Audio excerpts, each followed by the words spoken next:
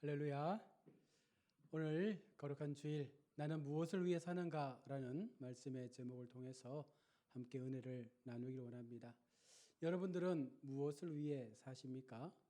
여러분의 삶의 목적은 무엇입니까? 하나님을 위해 산다라고 말하면서도, 우리가 교회를 위해서 하나님 중심의 삶을 산다라고 말하면서도 우리는 과연 어떤 모습으로 우리의 삶을 살아가고 있습니까? 생명의 삶에 수록된 김남국 목사님의 기다려라 반드시 응답하리라 라는 내용의 일부 발췌의 글입니다. 우리는 하나님을 본다. 세상은 누구를 볼까?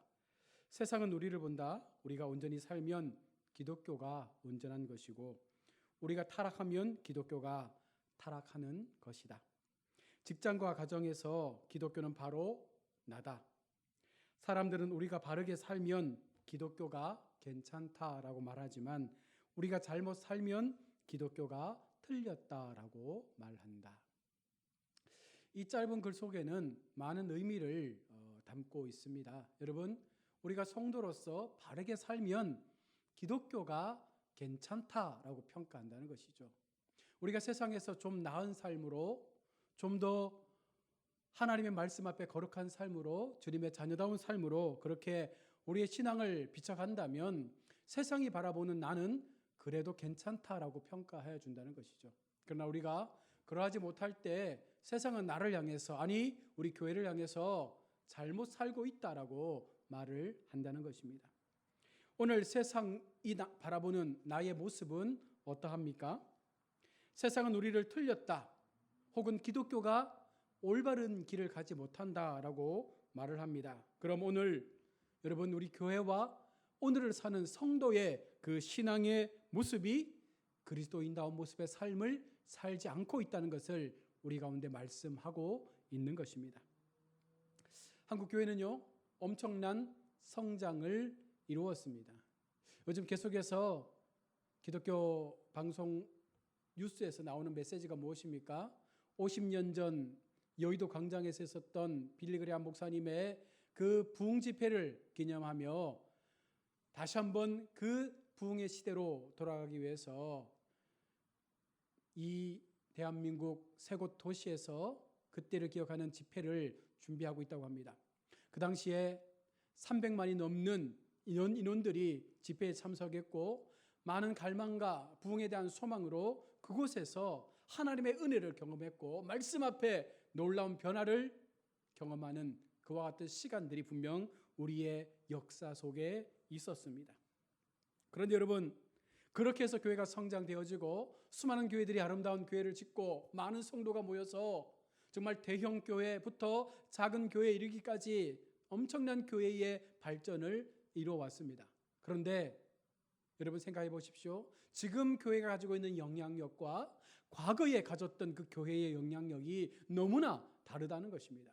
과거의 교회가 가지고 있는 영향력은요, 그 말 한마디가 사회를 정화시키고 무언가 문제를 해결할 수 있는 능력 있는 메시지였습니다. 그러나 오늘 한국의 교회는 어떠합니까? 그런 모습들이 사라져 버리고 있습니다. 오히려 교회가 더 세상보다 못하다라는 소리를 듣고 있습니다. 이유는 교회가 연합하지 못했기 때문입니다. 개교회 중심의 성장만을 갈구하며 그렇게 계속해서 앞만 보고 달려가다 보니 주변 교회들이 무너지는지 이단 앞에 자빠지는지 아무것도 돌아보지 못했습니다. 그냥 우리 교회만 잘 되면 된다라는 그 심정으로 열심히 사역해 왔는데, 지금 와서 보니까 우리 교회는 부흥했지만 전체적인 한국 교회는요, 무너지는 그 수준 앞에 놓여 있는 것입니다. 지금 우리는 세상이 이 땅의 교회를 향해서 말하는 그 소리 앞에 우리의 귀를 엄중히 열어야 할 것입니다. 스포트라이트를 받는 그런 교회의 기대를 하는 것이 아니라, 여러분, 우리 속에 쓴소리가 있고 우리 속에 책망의 소리가 있을 때 그 소리에 귀를 기울여서 정말 이 마지막 시대 앞에 우리가 어떻게 교회를 세워가야 할지에 대해서 우리는 분명 고민해야 하는 것입니다. 거짓으로 얻어진 진리가 아니라, 거짓으로 얻어진 그와 같은 부흥의 자리가 아니라 정직으로 얻어지는 낮은 자리의 그 가치 속에서 우리가 더 믿음으로 나아갈 수 있는 교회와 성도가 되어질 때 바로 그 속에 하나님의 기적은 나타나게 되는 줄로 믿습니다. 성경에 기록된 사건 가운데 사람들의 마음에 의심을 품게 하는 두 가지의 큰 사건이 있습니다. 하나는 부활 사건이고 또 하나는 노아의 홍수 심판 사건입니다. 이것이 역사적으로 사실인가 아닌가에 대해서 많은 찬반의 논란이 지금도 계속적으로 일어나고 있습니다. 베드로후서 3장 3절과 4절 말씀해 보시면 말세에 조롱하는 자들이 와서 자기의 정욕을 따라 행하며 조롱하며 주께서 강림하신다는 약속이 어디 있느냐? 조상들이 잔 후로부터 만물이 창조될 때와 같이 그냥 있다 하니. 말세의 시대를 살아가는 사람들이 하는 고백이 있죠. 너희들이 말했던 예수님의 그 부활 이후에 재림하신다라는 그 약속이 있었는데 언제 그 재림이 일어나느냐? 벌써 그렇게 말하고도 2000년이 지나지 않았지 않느냐? 무슨 변화가 있느냐? 어떤 그런 기미가 보이느냐? 수많은 이단들이 잘못된 날짜를 선포하고 그렇게 그 날짜에 모여 기도했지만 어떤 주님의 재림의 징조도 보이지 않았다고 그들은 말하고 있습니다. 세상 사람들은요, 마지막 주님의 재림에 대해서 믿지 않으려 합니다. 아니, 그 이전에 있었던 부활과 십자가의 사건조차도 믿으려고 하지 않습니다. 아무런 확신도 변화도 기대할 수 없기 때문에 그들에게 이것은 기독교가 가지고 있는 하나의 전설로만 남게 된 것입니다. 또 하나는요, 노아 홍수의 사건이죠. 노아 홍수 사건을 통해서 인류가 다 멸망했다. 그 인류의 멸망을 통해서 또 한 번 하나님께서는 새로운 인류의 출발을 노아의 가족들로부터 시작했다. 우리는 노아의 후손이다 라는 이와 같은 말들을 믿으려고 하지 않습니다. 지구의 나이를 짧게는 수억 년, 길게는 수천억 년의 나이를 보면서 진화론에 무게를 두고 있는 많은 학자들, 많은 세상 사람들, 바로 이 노아 홍수의 사건에 대해서 그들은 관심을 두지 않습니다. 그러나 여러분, 우리는 달라야죠. 우리는 예수 믿는 사람으로서 이 노아 홍수의 사건을 통해서 또 한 번 하나님께서 말씀하시는 그 노아 홍수 사건 속에 있는 비밀들을 우리는 분명 발견해 가야 하는 것입니다. 26절의 말씀을 보시면 노아의 때와 된 것 같이 인자의 때에도 그러한 일들이 일어나리라 말씀합니다. 노아의 때 있었던 일이 무엇일까요? 그때 어떤 일이 있었길래 오늘 이 땅을 사는 우리에게도 그와 같은 일들이 일어난다라고 말씀을 하는 것입니까? 노아의 때 있었던 그 일 때문에 하나님은 심판을 행했습니다. 노아 시대의 사람들의 그와 같은 행동 때문에 하나님은 심판을 행했는데 그때 임했던 그 심판의 삶이 무엇입니까? 오늘 우리에게도 그 마지막 때를 살고 있는 우리에게도 그와 같은 하나님의 심판의 경고가 오늘 우리 가운데 들려지고 있습니다. 그 시대에 내린 하나님의 제명이 무엇입니까? 하나님은 무엇 때문에 노아의 가족들 외에 모든 인류를 물로 심판하신 것입니까? 27절의 말씀을 보십시오. 먹고 마시고 장가들고 시집가더니 홍수가 나서 그들을 다 멸망시켰더라. 그들이 한 것은 먹고 마시고 시집가고 장가든 것밖에는 없습니다. 노아가 방주에 들어갈 때까지 먹고 마시고 시집가고 장가들더니 홍수가 나서 그들을 다 멸망시켰다는 것은 참으로 우리 가운데 엄청난 충격을 주는 말씀이죠. 이것이 죄라고? 이것 때문에 사람을 다 죽인다고? 이렇게 사는 것이 우리 인생의 죄가 된다고? 하나님 너무하신 것 아니야? 이런 마음들이 들 수 있습니다. 여러분 28절과 29절의 말씀에서도 보시면 소돔과 고모라 시대의 죄와 바로 이 노아 시대의 죄가 같은 맥락이 있음을 우리 가운데 들려주고 있습니다. 28절 29절 말씀에 롯의 때에도 먹고 마시고 사고 팔고 집을 짓더니 유황불이 하늘로부터 떨어져서 멸망하였다라고 두 사건 모두의 제명을 먹고 마시고 땅을 사고 팔고 집을 사고 팔고 장가들고 시집 갔다라고 말씀합니다. 여러분, 그런데 중요한 것은요 30절의 말씀이죠. 오늘 보면 30절에서 인자가 나타나는 날에도 이러하리라 라고 말합니다. 예수님께서 다시 오실 그 재림의 때가 다가올 때에 바로 그와 같은 시대 속에도 이와 같은 먹고 마시고 시집가고 장가가며 사고 파는 일들이 일어날 것이다 라고 말씀합니다. 여러분, 여기에서 우리가 반문할 수 있겠죠? 안 해야 되는 일인데 해서 망했단 말인가? 결코 이것이 하나님 앞에 옳지 않은 일이었기 때문에 이것이 심판을 받을 수밖에 없었던 중죄라고 말할 수 있는가? 앞에서 말한 먹고 마시고 사고 팔고 시집가고 장가가는 것이 여러분 죄입니까? 저로서는 이해가 되지 않습니다. 여러분들은 이해가 되십니까? 아담과 하와를 처음 창조하시고 그들을 통하여 가정을 세우시고 그들을 연합하게 하셔서 주리하신 분이 하나님이셨는데, 그 가정을 통하여 생육하고 번성하라 말씀하신 분이 하나님이셨는데, 시집가고 장가가는 것, 땅을 일구고 열심히 자신들의 기업을 확장해가는 것, 이것이 죄라고 말씀하신다면 과연 우리가 사는 것이 옳지 않다는 것인데, 그럼 우리는 어떻게 살아야 한다는 말인가? 이런 생각이 분명 드실 것입니다. 여러분, 왜 하나님께서 이것을 죄라고 말씀하셨을까요? 왜 하나님께서 이와 같은 삶을 죄라고 말씀하셨을까요? 예수님의 재림의 때가 되면 우리는 그 시대와 같은 똑같은 삶을 살고 있는 우리를 보게 될 것이다라고 말씀합니다.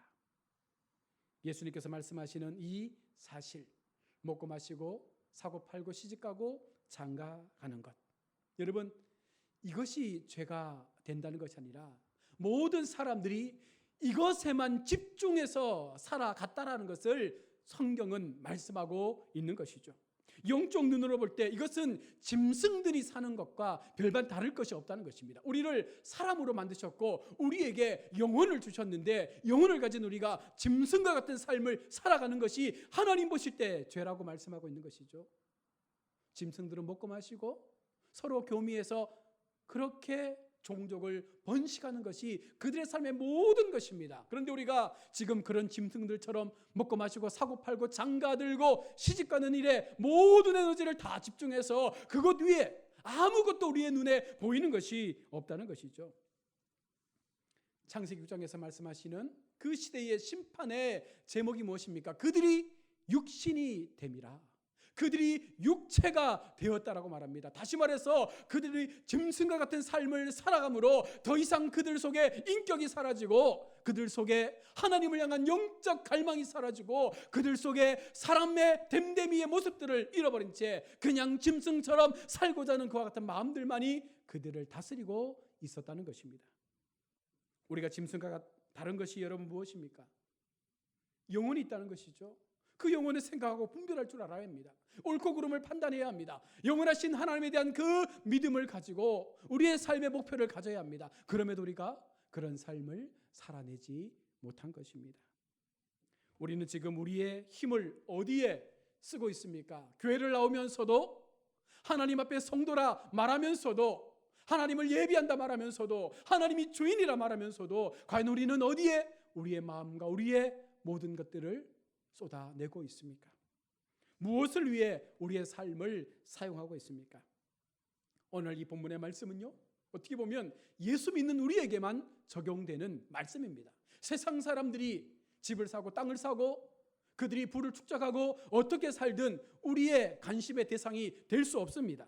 예수 믿지 않는 사람들, 세상에서 어떤 삶을 살아도 우리가 말할 필요가 없습니다. 오직 유일하게 잘 먹기 위해, 더 잘 살기 위해, 더 좋은 집을 얻기 위해, 더 좋은 차를 타기 위해, 더 나은 삶으로 나아가기 위해, 이 생각밖에 없는 그런 세상에서의 삶의 가치 앞에 우리의 그 믿음이 무너져서는 안 된다라고 말씀하고 있는 것입니다. 하나님의 영광을 위해 산다는 것이 여러분 무엇입니까? 오늘 이 한 시간 교회 나와서 단순히 예배드리는 것, 오늘 이곳에서 단순히 하나님을 예배하며 헌금 드리고 그렇게 오늘 내가 하나님을 예배했다, 그것으로 우리가 하나님의 영광을 드러낼 수 있는 것입니까? 아니죠. 세상 속에서 보여지는 우리의 모습, 우리의 신앙의 모습, 우리의 삶의 모습, 우리의 믿음의 모습이 과연 얼마나 세상 사람들 앞에 저렇게 사는 것이 믿는 사람의 삶의 모습이 맞다라고 말하는 그런 우리의 삶의 태도가 있느냐라는 것입니다. 우리는요, 늘 다람쥐 쳇바퀴 도는 삶을 살아가고 있는 것 같아요.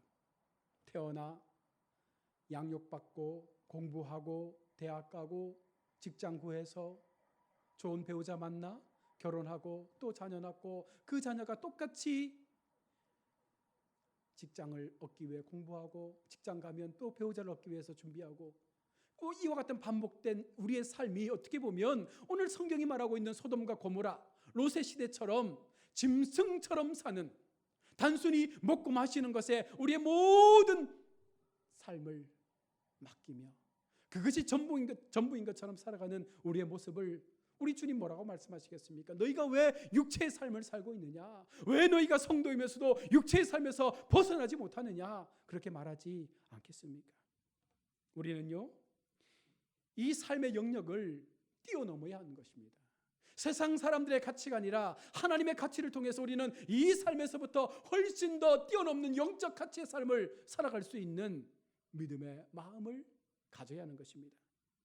이 정도 삶이면 내가 살기에 만족한다 싶을 때 여러분, 아니 그러하지 못할지라도 나머지 하나님을 위해 살 수 있겠다라는 그 마음을 가지고 우리가 하나님을 위해 선신할 수 있는, 하나님을 위해서 우리의 삶을 내어드릴 수 있는, 그것을 통해서 주님의 나라가 확장되고 주님의 향기가 선포될 수 있는 그런 삶으로 우리가 조금씩 변화되어 갈 수 있는 그 모습이 우리 삶 가운데 있어야 되지 않겠습니까?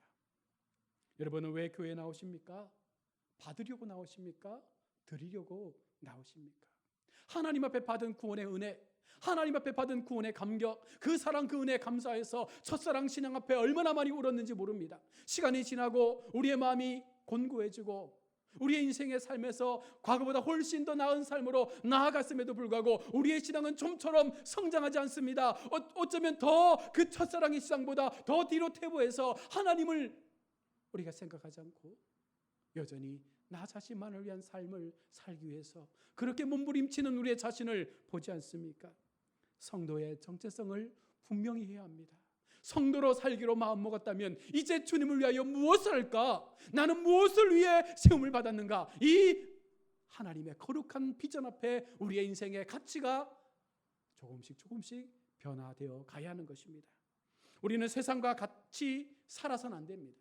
세상의 가치 앞에 우리의 신앙의 가치가 훼손되어서도 안 됩니다. 철저하게 하나님의 말씀과 그 진리 앞에 우리가 하나님의 뜻을 나타내기 위하여 그 영광된 삶을 살아내기 위하여 오늘도 몸부림치고 믿음으로 기도하며 그 말씀 앞에 우리의 삶을 더 철저하게 맡길 수 있는 그런 삶을 살아야 하는 것입니다.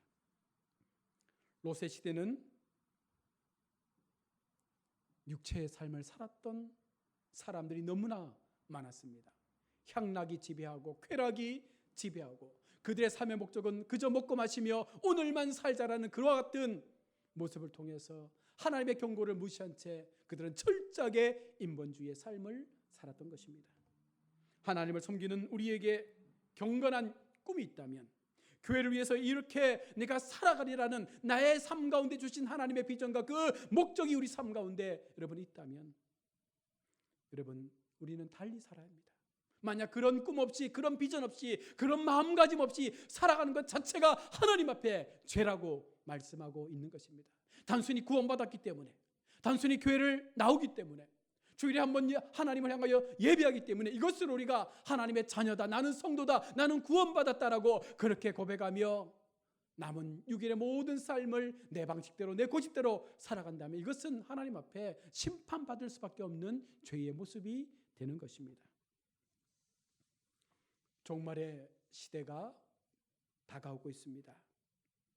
예수님 오셔서 십자가형 당하시고 죽으시고 3일 만에 부활하셔서 승천하셨던 그 하나님의 모든 예언의 기록들이 오늘 우리에게 다 응답되어지고 우리 가운데 분명하게 보여졌습니다.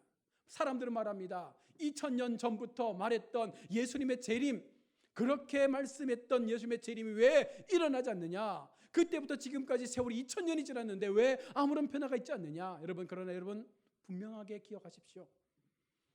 십자가도 부활도 예수님의 재림도 다 일어난 사건입니다. 이제 남은 사건 하나가 무엇입니까? 예수님의 재림 사건입니다. 성경이 약속하고 있는 마지막 약속, 예수님의 재림도 반드시 우리의 때에 바로 하나님의 방법대로 하나님의 그때가 임하면 우리의 삶 가운데 임하게 될 것입니다.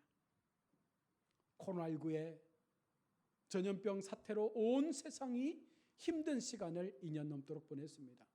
각 도처에서 일어나고 있는 많은 전쟁과 기근들, 자연의 재해와 여러 가지 많은 환경의 어려움 속에서 우리는 분명 하나님의 마지막 때를 볼 수 있는 영적 눈을 떠야 할 줄로 믿습니다.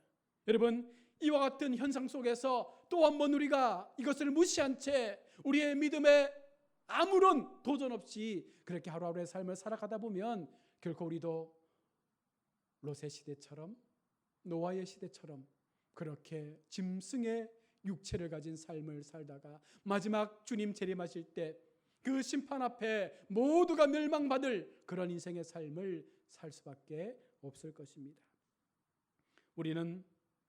우리가 사는 이 시대의 영적 파수꾼의 삶을 살아야 합니다.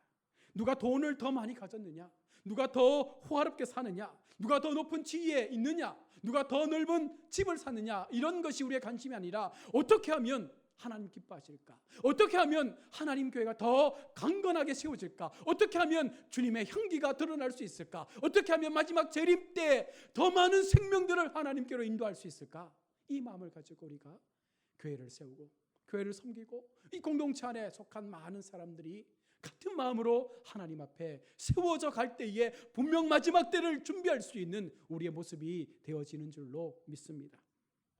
이 땅에서 생명의 역사를 위해서 생명의 삶을 사는 것이 바로 하나님의 명령입니다. 그냥 먹고 마시고 시집가고 장가는 그렇게 사고파는 인생이 아니라 그와 같은 세상의 삶 속에서 우리에게는 분명한 한 가지 목적이 있습니다. 바로 생명의 사명, 하나님의 영광된 사명, 하나님의 나라가 선포되는 사명, 마지막 재림의 때 앞에 더 많은 생명들이 하나님의 구원 앞에 돌아올 수 있는 그 일들을 위해서 우리가 노력하고 기도하고 엎드리고 우리의 삶을 더 거룩하게 살아낼 수 있도록 만들어가는 것, 바로 이것이 교회의 사명이요, 성도의 사명이요, 이것이 바로 마지막 시대 앞에 교회가 가져야 될 최후의 보루의 모습인 줄로 믿습니다. 말씀을 맺습니다. 나는 무엇을 위해 사는가? 여러분은 무엇을 위해 사십니까? 여러분 무엇 때문에 부름받았다 생각하십니까? 여러분 무엇 때문에 이 어려운 개척교회에 하나님의 백성으로 세움받았습니까? 아니, 오늘 이 말씀을 듣고 있는 유튜브에서 설교 듣는 성도 여러분, 여러분은 무엇 때문에 하나님께서 불러주셨고 또 이 메시지를 통해서 우리 가운데 무엇을 우리 주님 깨닫게 하십니까? 정신을 차려야 합니다.